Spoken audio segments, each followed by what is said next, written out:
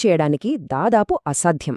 అంతేకాదు, వ్యాపార మార్గాలన్నీ దీని నియంత్రణలోకి వచ్చాయి.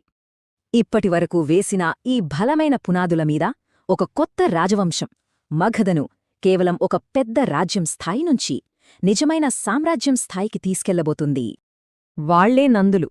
మహాపద్మనందుడు స్థాపించిన ఈ నందరాజవంశం అధికారాన్నంతా కేంద్రీకరించి అప్పటివరకు ఎవరూ చూడని స్థాయిలో విజయాల పరంపరను మొదలుపెట్టింది.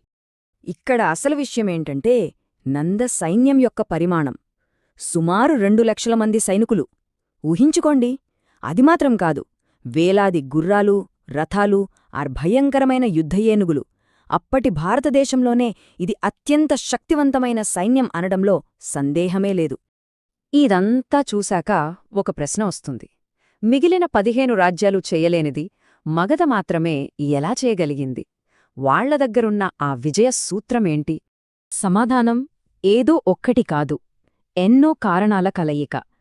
ఇక్కడ మనం చూస్తున్నట్లుగా కొండల మధ్య, నీటి మధ్య ఉన్న సురక్షితమైన రాజధానులు, పంటలు పండించడానికి సారవంతమైన భూములు, ఆయుధాలు చేయడానికి ఇనుము, యుద్ధానికి అవసరమైన ఏనుగులు, కలప, వీటన్నింటిని మించి రాజ్యాన్ని ఎలాగైనా విస్తరించాలనే కసి ఉన్న రాజులు, ఇవన్నీ కలిసి మగధను అజేయంగా మార్చాయి.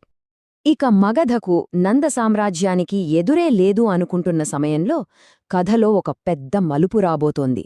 పశ్చిమం నుంచి అలెగ్జాండర్ రూపంలో ఒక పెను తుఫాను దూసుకొస్తోంది.